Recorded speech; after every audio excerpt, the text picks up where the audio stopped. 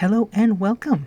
Today's video is going to be sort of a typical day that we have when the weather is good and we're able to get outside and get as much done as possible. Today is May 13, 2024. A couple days ago we hit 31 degrees, but today it was a much more comfortable 6 degrees Celsius when I was doing my morning rounds. It hit about 8 degrees Celsius by the time I was done. I started off by tending the various beds that have things planted in them, and then decided to cut the false spirea away from the grapevines that are growing beside those red steps that you see in the photo here. Before I knew it, I was cleaning out all the dead stuff and the dead flower clusters from last year, and there's quite a mess to clean up by the time I was done. The cats, however, are absolutely loving the open space in the spirea. That's one of their favorite places to hide. My afternoon plans changed a little bit when I went to get the mail and found that our bare root strawberries from Vessie's had arrived. That meant I needed to prepare a place to plant them, and I hadn't quite decided where that would be yet.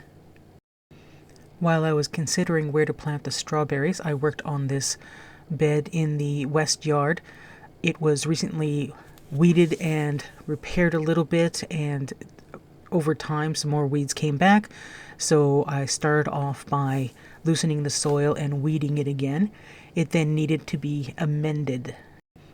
Our soil is very alkaline, so what I've been doing is adding peat and sulfur pellets, which you can see over here. After the peat and sulfur was worked into the top of the soil, I added some more soil from another area that had already been amended with both peat and sulfur, and worked that into the top of the bed as well. After the fresh soil was worked into the bed, I added some stove pellets to the top and then watered it. This picture was taken after the stove pellets had had a chance to absorb some of the water. After they had broken up, I was able to use the back of a rake to spread it out evenly across the surface. Once that was done, I covered the bed again. That was mostly to keep the cats out. Cats like this beautiful boy. I decided that the strawberries would go into this little former squash patch. There's only 8 bare root strawberries, so they don't need a lot of space. This spot has been amended for several years now, and last year it had zucca melon and drum gourd in it, except that it turned out to be all zucca melon. The drum gourds, I guess, didn't survive.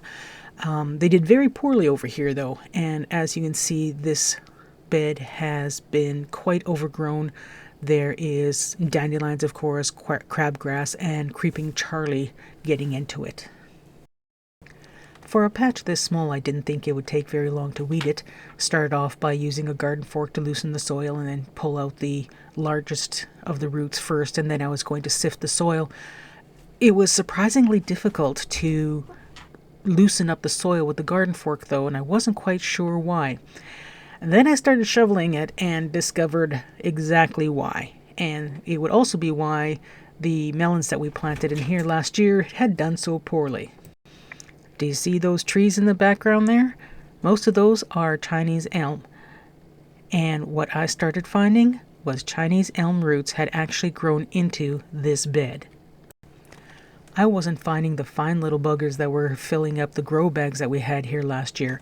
I was finding quite large roots growing through several inches above grade in this squash hill.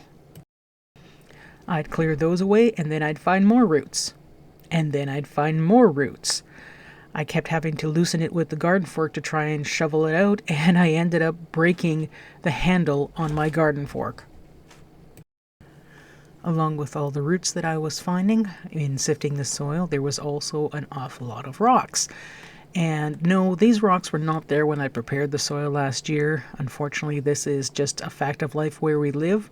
We're on top of an ancient glacial lake, and with the freeze-thaw cycle, rocks get lifted up to the surface every year. We essentially grow rocks.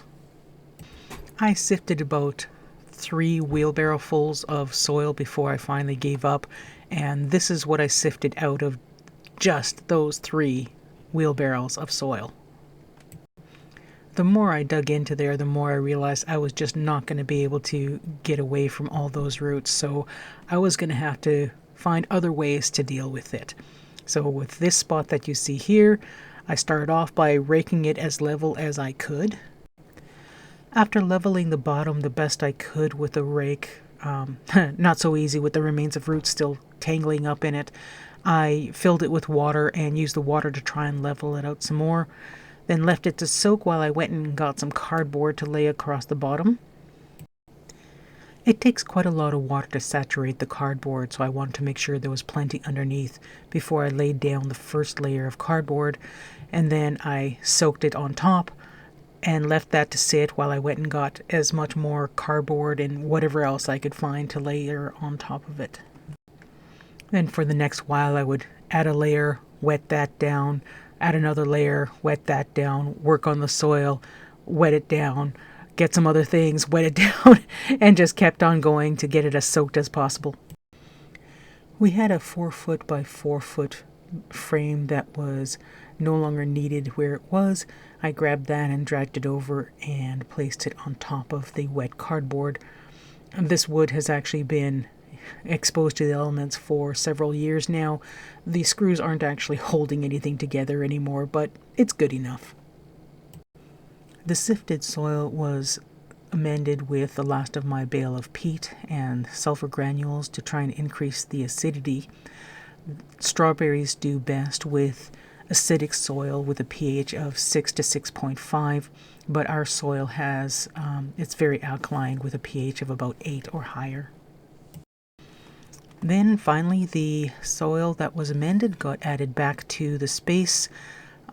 There was some gaps underneath one of the boards, so you can see I've stuffed some leaves under the flaps of cardboard to lift it up, and that'll keep the soil in place.